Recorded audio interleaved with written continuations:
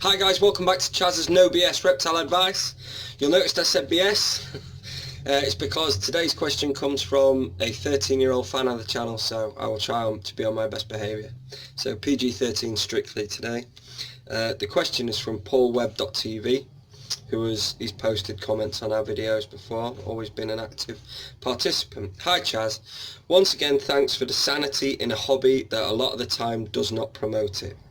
My 13-year-old son Lucas asked me to ask you a question, re handling a snake. So over to Lucas. In your opinion, what's the best way to balance handling a snake to tame them and not stressing them too much? Well, Lucas, you've cut right to the chase. Thank you ever so much for watching the channel with your dad. And yeah, that's the crux of the matter, isn't it? That's the crux of the matter. When we're trying to tame a snake for our benefit so that we have a pet, is there a risk that we overdo it and that tips over from taming a snake down or having some sort of balanced approach to the way that we handle it to having it out every 5 minutes for hours on end? And at which point does that become a stressor? So it's a fabulous question. Excellent. So really good, really perceptive, Lucas, so well done.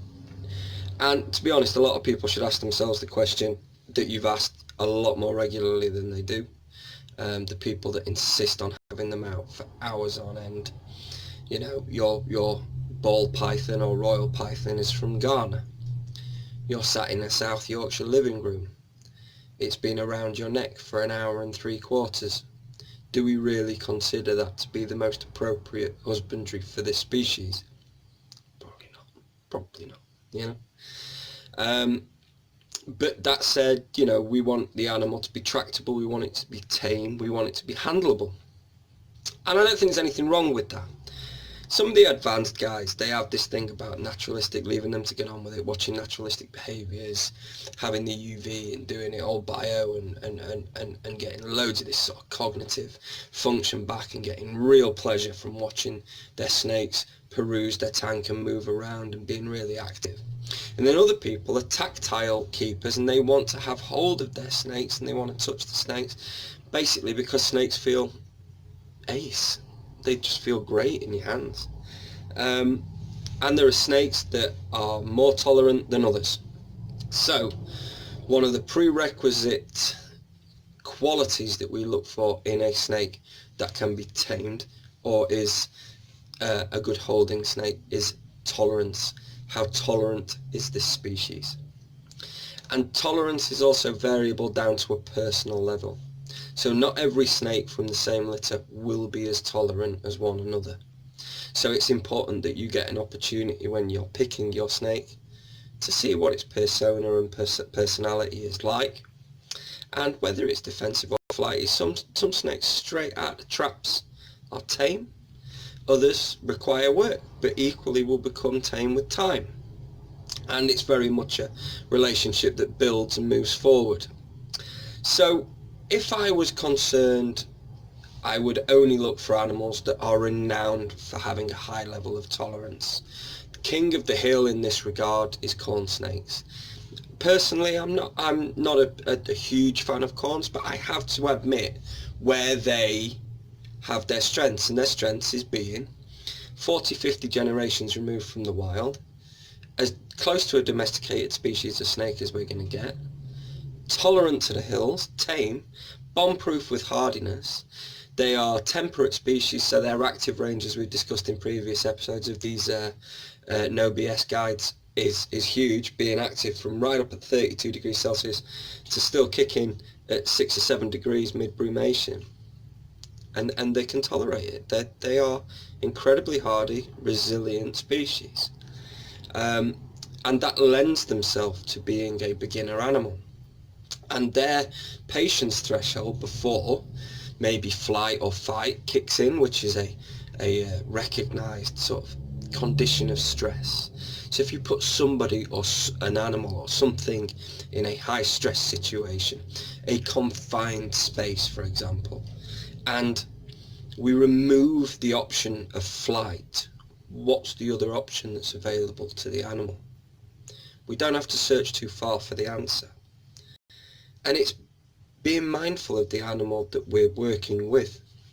I appeared on BBC Radio Sheffield this morning because the same conversation seemingly has been happening for 15 years, however long it's been going on, regarding I'm a Celebrity, Get Me Out of Here, which is a UK programme where they go over to Australia and they do the bush trucker trials and all this sort of stuff, and there are usually pits with snakes in or bugs in or whatever.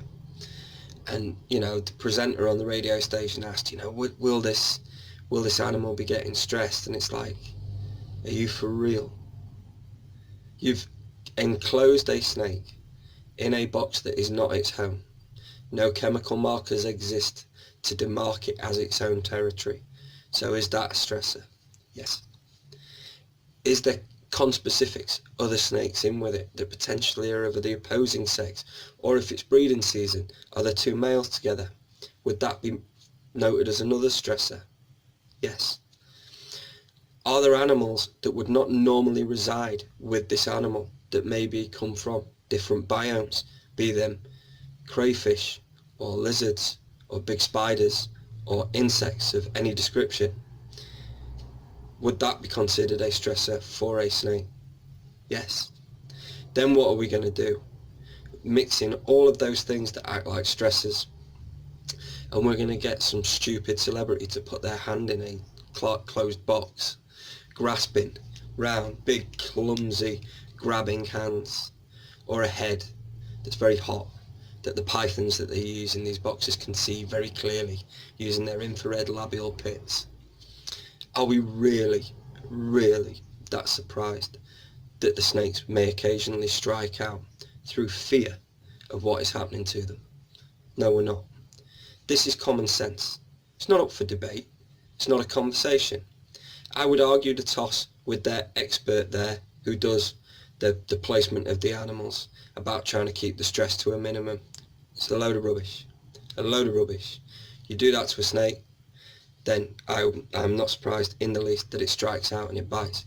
It does not matter whether it's venomous or non-venomous, whether these stupid, vacuous celebrities would come to harm or not. I'm more interested in the snake. Has it just broken its teeth in your skin trying to bite you that could lead to an infection? Has it broken teeth that are now snapped off and will eventually get stuck in the gums, leading to a secondary infection that will then lead to a respiratory infection and potentially stomatis or mouth rot?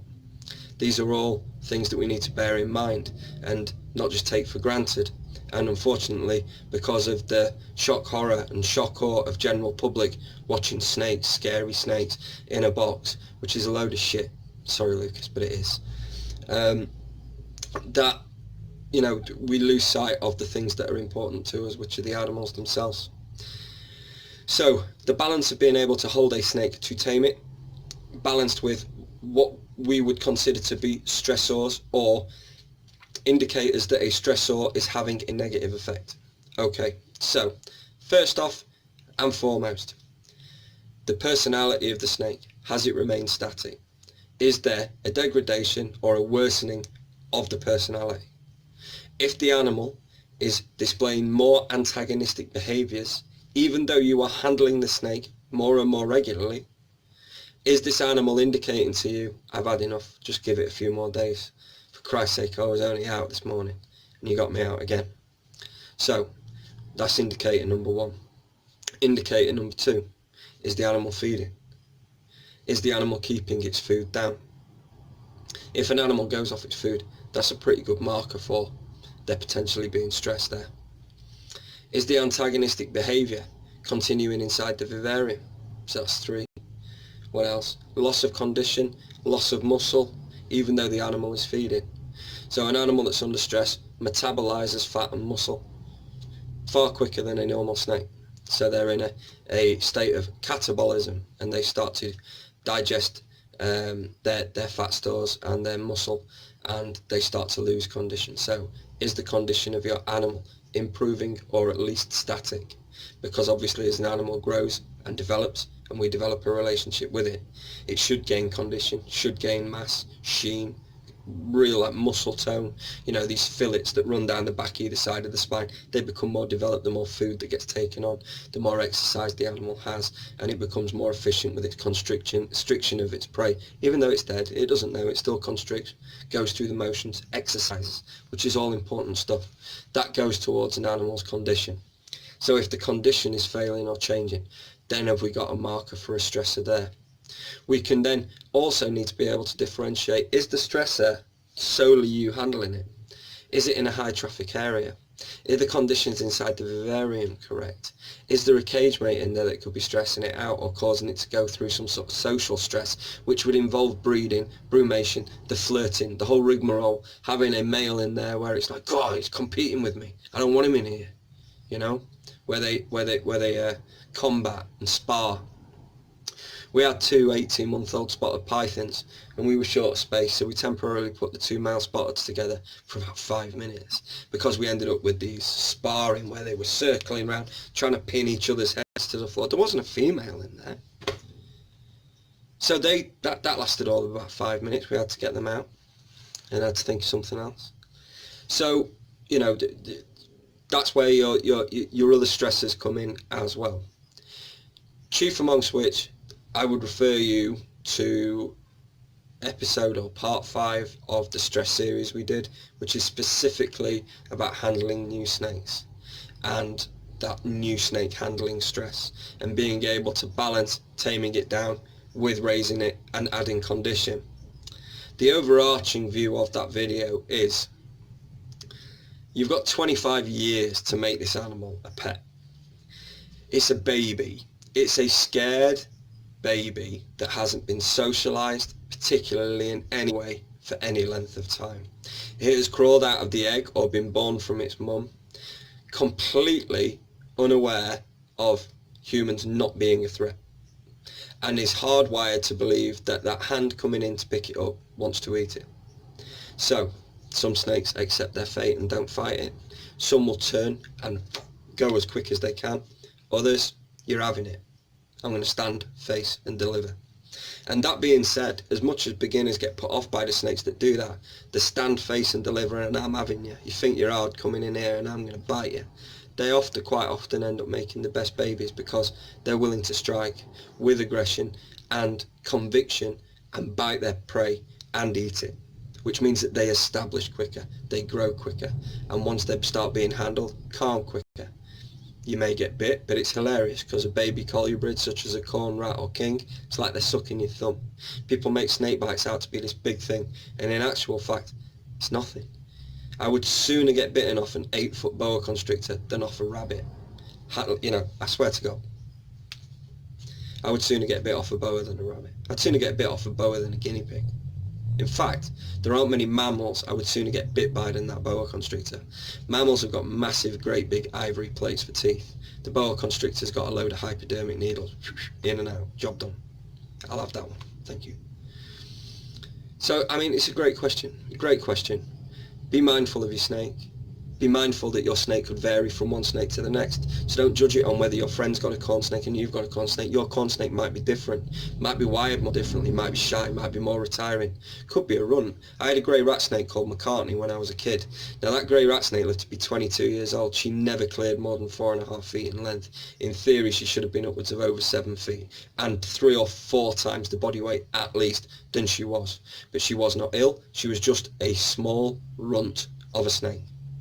She was fine. She never displayed any respiratory infections, nothing.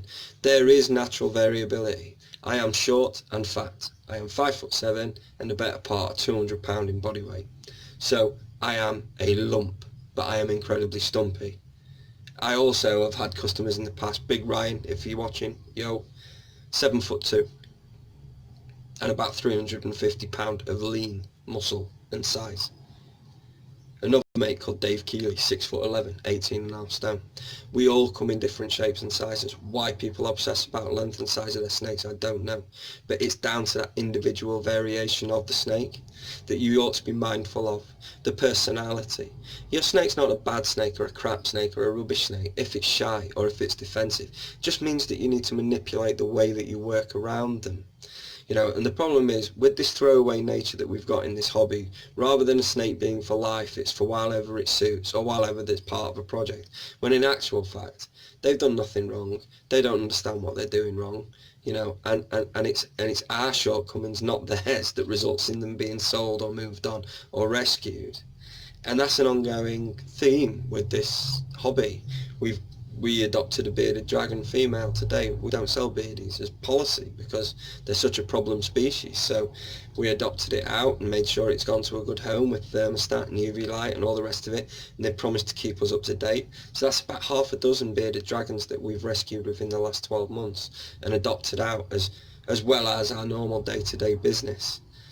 And I think people, they forget about that element of this hobby. You know, if you're buying a snake, you commit to it. You want to tame that snake down. Be patient, Lucas. Take your time. Be mindful that if it goes off its food, is it shedding or is it because I'm holding it too much? Has it lashed out at me? Am I bothering it too regularly? Maybe I need to reduce the amount of times I'm in per week. Your snake's going to give you the answers without necessarily even being able to talk to you. He's going to give you the answers as to whether things are just a bit too much for it. It will let you know, but you've got to have your ears open and your eyes open, and you've got to see these things so that you can make those judgments. And that's what starts to make us better keepers, because we're sensitive to what's going on with our snakes rather than, it'll be fine. We don't want that attitude. We want, is it okay? Is everything all right? We don't want to be in with it every 5 minutes, worrying it to death because we're so worried. But we need to just be mindful of what's going on in the vivarium. Are the shed skins coming off in one piece? Have we made sure that there's no direct light getting into the tank throwing the temperatures out? It's not near a radiator which is running across the back of it that could be ruining it. Is it in a utility room with the washing machine and tumble dryer bouncing around on the floor, rattling the tank and upsetting the snake and putting it off that way? Have we got little brothers and sisters that are knocking around and running up and tapping on the glass to stress them out and scare them? These are all excuse me, variables that you work through to make sure that we are not overly stressing our animal. And it's like a tick sheet. No, it's not that, it's not that, it's not that. Could be that. Maybe I've identified that. Let me just tweak this. Oh yeah, it's stopped now. That's fine. That's what makes us better keepers. Lucas, keep at it, mate. This is part of one of the best hobbies ever. And it's great that you've got your dad working with you to do it. I wish my dad had been into reptiles. So, you know, big up to the both of you. Thank you for the ongoing support. We'll answer another question in a few days. I hope that was good. I hope you enjoyed it, Lucas. I also need to do a shout out to Tavian's World of Reptiles. I will try and work out how to put a link in. It might not be today, it'll be tomorrow, to his channel. He very kindly gave us a shout out on one of his videos, so I will return the favour. Go and watch it. I watched the Starter Snakes video. I found it very interesting. The thing is, it's not necessarily about whether I agree with Tavian 100%. What it's about is that there's discussion and discourse. If he can show a cerebral thought process to why an animal should be included in a beginner species, I'm not going to argue with him. Because it's not my place to argue with him. It's his hobby. He can do and keep what he likes. But you need to be able to show that thought process as to why. And I think Tavian's Starter one, he comes at it from a slightly different angle. He includes boa constrictors as a beginner one. Would I argue? No, not particularly, not vociferously. I just maybe think they're slightly too big. I do think that humidity is an issue. He seems to think of it's less of an issue. But I'm not arguing with him and certainly not doing him down. That's not what I'm just merely mentioning where we maybe slightly deviate in our deliveries. But that said, I think these kinds of videos where they are lo-fi and they're people's just individual opinions, I think they're important. They're as important as these big dudes with their paid channels and 1 million subscribers, as we all commonly accept, not necessarily always doing or showing the very best of this hobby. And our little guy videos, little girl videos, we are there and we're putting forward our thoughts towards a hobby and we're trying to be cerebral about it, trying to think about it, answer questions in a way that shows that we've tried to go through it. I don't want to paint myself as some white knight or perfect keeper. I've been more than honest in these videos leading up to press about, I know what my shortcomings are, I know what my failings are, and usually I'll tell you what they are or where I've cocked up at some point in the past, because it's of no benefit to you for me to pretend that I'm the perfect keeper when I and you know that I'm not. So we'll keep the videos coming. Thanks for the support, and we'll see you all soon. Cheers.